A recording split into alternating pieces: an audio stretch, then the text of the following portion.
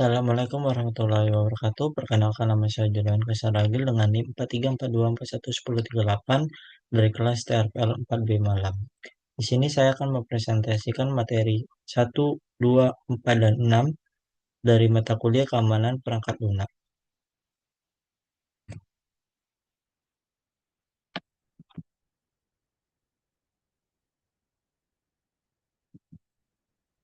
Materi minggu pertama tentang security SDLC.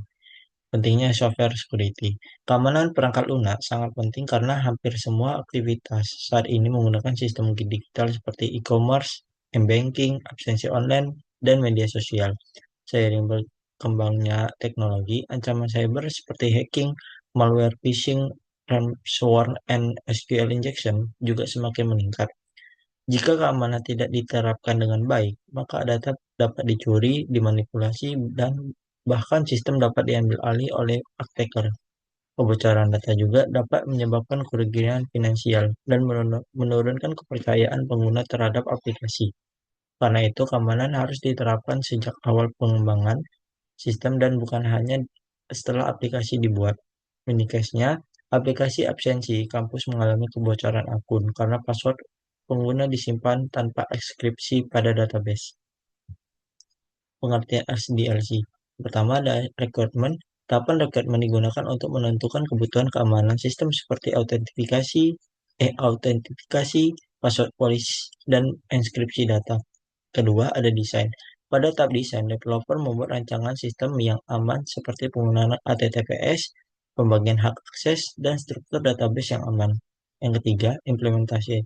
Tahap implementation merupakan proses coding menggunakan secure coding agar tidak muncul vulnerability seperti SQL injection atau cross-site scripting. 4. Testing. Testing dilakukan untuk mencari bug dan kerentanan keamanan menggunakan vulnerability testing dan penetration testing. 5. Maintenance. Maintenance dilakukan oleh sistem yang digunakan seperti update keamanan, backup data, monitoring aktivitas, dan patch bug baru. SQL HDLC memastikan keamanan diterapkan pada setiap tahap pengembangan aplikasi. Ini case-nya, developer menemukan celah SQL injection saat tahap testing, lalu memperbaikinya sebelum aplikasi dirilis. Tujuan dan manfaat Secure SDLC. Tujuan utama Secure SDLC adalah menghasilkan sistem yang lebih aman dan stabil.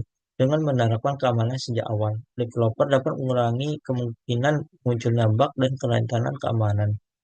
Secure SDLC juga membantu satu melindungi data pengguna dari pencurian, kedua mengurangi risiko serangan cyber, yang ketiga meningkatkan kualitas aplikasi, yang keempat mengurangi biaya perbaikan bug, yang kelima meningkatkan kepercayaan pengguna terhadap sistem.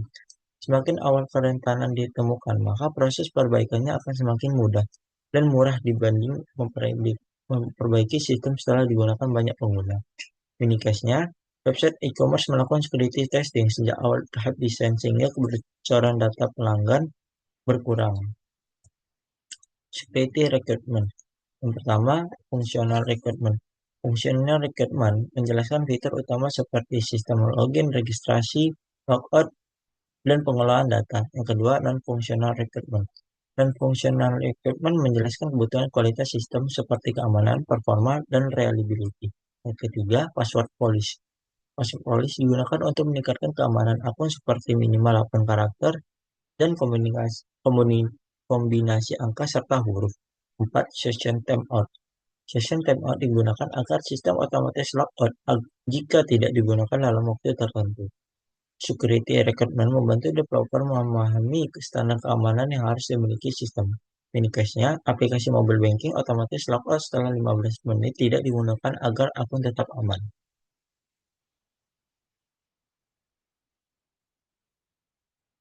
CIA, Confidentiality, Integrity, dan Availability.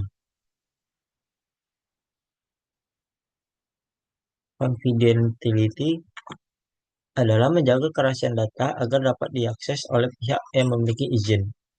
Yang kedua, integrity. Memastikan data tidak diubah tanpa izin sehingga informasi tetap valid. Availability. Memastikan sistem tetap aktif dan dapat digunakan saat dibutuhkan pengguna. CEA merupakan dasar utama keamanan informasi yang dapat digunakan pada hampir semua digital modern. Mini cache-nya, data transaksi mobile banking dienkripsi agar tidak dapat dibaca pihak lain saat dikirim melalui internet.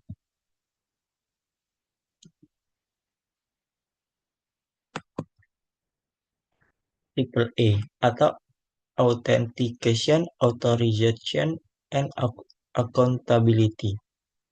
Yang pertama, authentication digunakan untuk memastikan identitas pengguna melalui login user dan password.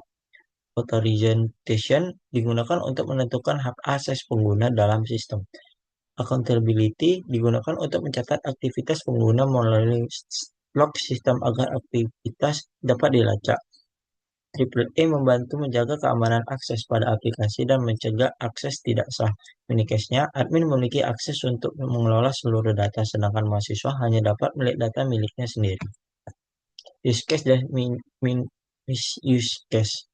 Use case menjelaskan pengguna normal sistem oleh pengguna seperti login dan pengelolaan data. Use case menjelaskan kemungkinan penyalaan guna sistem oleh attacker seperti hacking atau SQL injection. Ancaman sistem digunakan untuk membantu developer mengetahui potensi ancaman sebelum aplikasi dibuat. Misuse case membantu developer memahami bagaimana attacker dapat menyerang sistem.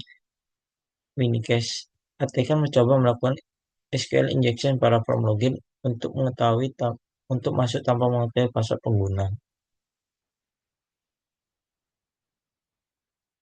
Security design. Yang pertama ada less privilege.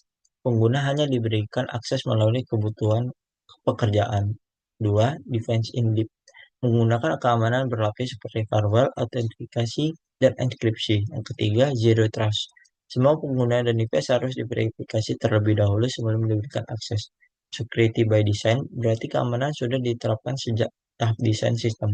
Uniknya, Smart Door menggunakan password, OTP, dan logging aktivitas sebagai keamanan berlapis. Shift Left Security. Shift Left Security adalah pendekatan yang menerapkan keamanan sejak awal development sehingga vulnerability dapat ditemukan lebih cepat sebelum aplikasi dirilis. Pendekatan ini membantu developer memperbaiki bug lebih awal sehingga biaya perbaikan lebih kecil dan kualitas aplikasi menjadi lebih baik. Mini case-nya, developer menggunakan prevent statement sejak awal coding sehingga SQL injection berhasil disegah sebelum aplikasi digunakan.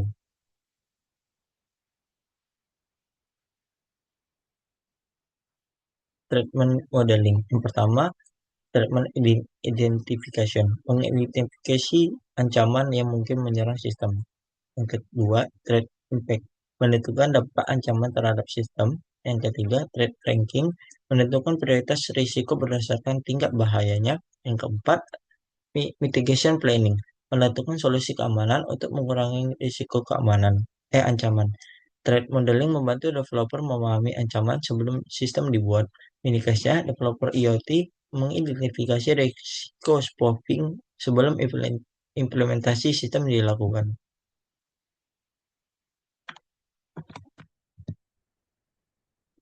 Ada stride. Yang pertama ada spoofing, pemalsuan identitas pengguna atau device. Yang kedua, tampering, yaitu manipulasi data tanpa izin. Yang ketiga, repudiation, pengguna menyangkal aktivitas yang dilakukan. Empat, information disclosure, artinya kebocoran informasi rahasia. Yang kelima, denial of service, yaitu serangan yang membuat sistem tidak dapat digunakan. Yang keenam, elevation of privilege, attacker mendapatkan hak akses lebih tinggi. Strike digunakan untuk membantu developer mengidentifikasi ancaman keamanan pada sistem. Mini case-nya, attacker memasukkan identitas smart device agar dapat masuk ke jaringan sistem. Secure development. Yang pertama, input validation. Memastikan input pengguna aman dan sesuai format. Yang kedua, prepare statement digunakan untuk mencegah SQL injection. Yang ketiga, error handling. Mencegah kebocoran informasi sistem melalui pesan error. Yang keempat, less privilege. Program berjalan dengan hak akses minimum yang diperlukan. Yang kelima, secure coding membantu developer menghasilkan aplikasi yang lebih aman dan mengurangi vulnerability. Minikasnya, website komentar terkena serangan XSS karena input.